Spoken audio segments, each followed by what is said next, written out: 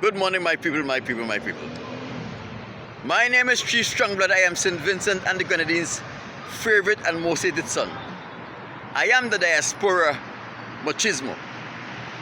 My people, today is another beautiful day. And as usual, I am here to give you an update as to my protest. It was another beautiful day for a protest and I enjoyed every moment of it. As you know, the front of my sign says, I don't want the white man's money, his woman, his friendship, or his fame. And the back of my sign says, white man, why have you enslaved the African American? My people, you know, after I finish bringing you an update as to my protest, it is always my greatest pleasure to speak to you about something from the Most High God. And my people, for the past few weeks, we have been addressing the topic, who are the Caucasians? And we are going to continue on the same thread. Who are the Caucasians? I want to pick up on where I left off on Monday. We spoke about the only nation that has homosexuality as a part of their culture is the Caucasians nation. I told you that the Romans, from which most of the other nations within Europe came from, Roman Greece,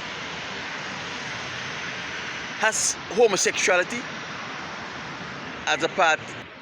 And I told you about Saturnalia,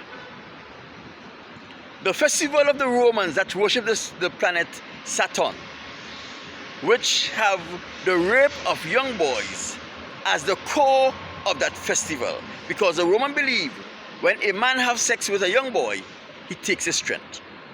But what happens? The Holy Spirit of the Most High God leaves that man and that boy, especially if you do not speak about his violation. Devils and demons possesses those people, and they suffer from what is called Stockholm Syndrome. There is many instances of this within the scriptures. I'll get into it one of these days, but this is not the time for it. I am going to make some bold statement here of some things or some characteristics of people we see within our community, and we think that these characteristics are normal, and as the professionals say, they are heredity. My people, I am going to show you how this is another big lie of the Caucasians, because the Caucasians specialize in lying. They have lied about everything that we know, and slowly but surely what's in the dark must come to light. And I am going to show you something, but first let me explain something to you from the Holy Scriptures. In Exodus chapter 34 verse 7, the Most High said to Moses that he will visit the iniquity of the father upon the children and upon the children's children unto the third and the fourth generation. Now, this is what you call people speaking about generational curses. So, more than likely, the practices of the father is going to follow his children, and that is because of the subliminal messages the father will send off to his children, messages that the father don't even know he is giving to his children. Sometimes those messages comes as a form of insecurity and particular behavior when confronted with certain conditions or circumstances. My people, listen to this. In Genesis chapter 12, Abraham was told to visit Egypt by the Most High God. And before Abraham reached into Egypt, Abraham told his wife Sarah, when we get into Egypt, if they ask you what are the relationship that we have, tell them that you are my sister. It happened so. The lie was told. Sarah and Abraham come together and deceive the Egyptian in telling them a lie that they are not husband and wife, but they are brothers and sisters. Sometime later, as recorded in Genesis chapter 20 verse 2, they were going to a city called Ger, and Abraham encouraged his wife to lie to the citizens of Ger and the king Abimelech as they lied to the Egyptian again. They perpetrated a lie. They told the citizens of Ger that Sarah was Abraham's sister. My people, remember this. Abraham's son, Isaac, got married when he was 40 years old. Abraham's son, Isaac, had problem impregnating his wife. Now, if you go down to Genesis chapter 26, verse 7, some 40 plus years later, after Abraham's son Isaac got married, and remember, Isaac wasn't born when Abraham and Sarah lied to the citizens of Egypt and the citizens of Ger. So more than 40 years later, when Isaac was visiting Ger, Genesis 26:7, Isaac told Sarah, his wife, to do the same thing that Isaac told Rebecca, his wife, to do the same thing that Abraham encouraged Sarah to do some 40 or 60 or 70 years earlier. My people, what this is showing is that the mistakes or the habits of the parents are normally evident in the behavior of the children. My people, one of the ways you can tell if a person have indulged in homosexuality, bestiality, if they were raped, or if they have an abortion, is when you see a man have bald head. It means that he was involved in homosexuality, bestiality, or something. It means that he is a reprobate. When you see diseases follow from parents to children, the medical profession say that all these things is heredity. It is not heredity. The only thing that is heredity about these diseases and these physical conditions that our children get from us or get like us is the fact that they would have done the same things that we would have done.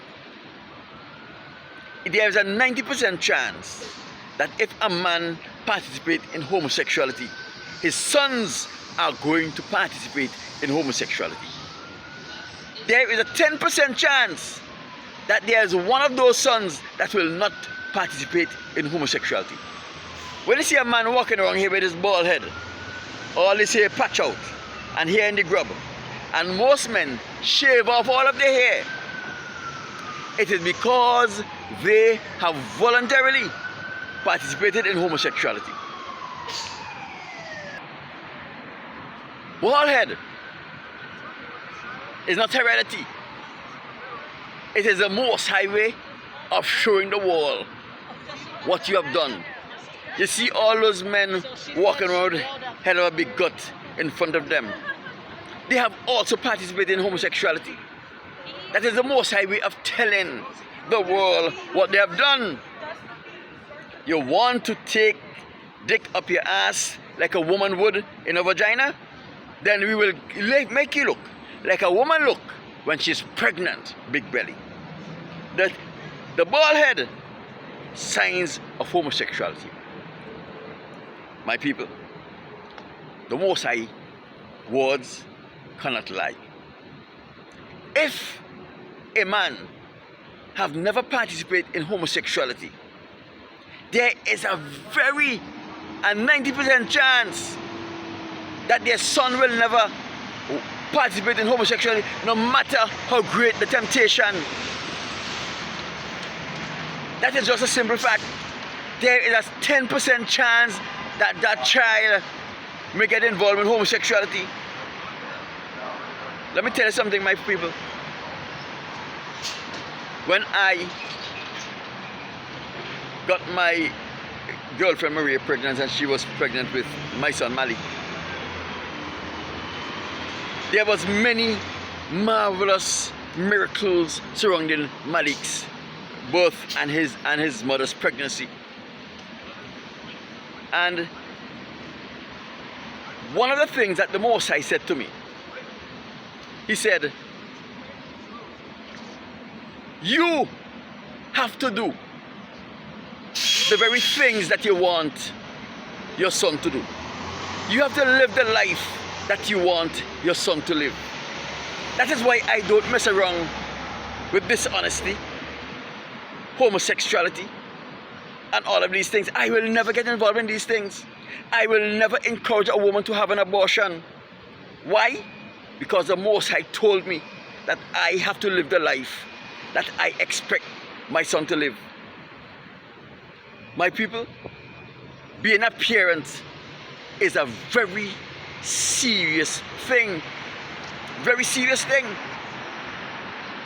Because the things that you do, especially the sons and their father. Let me give you an example. No matter the relationship of a son and a father, if a son was brought up in a single parent home with his mother only, and his father have never had anything to do with him as a child, even as an adult, if that child only heard that his father was a good basketball player, if he hear his father was a good songwriter, if he hear that his father was a good performer, if he heard that his father was an honest man, even if he have never lived with his father, even if he have never had a relationship with his father, everything that he heard about his father, he is going to do it, because it is a son's desire to be just like their father, no matter what the relationship they have with their father. My people, so when you see all of these people on television with their bald heads, it is not a style. It is because they are reprobates. They will never see the face of the Most High.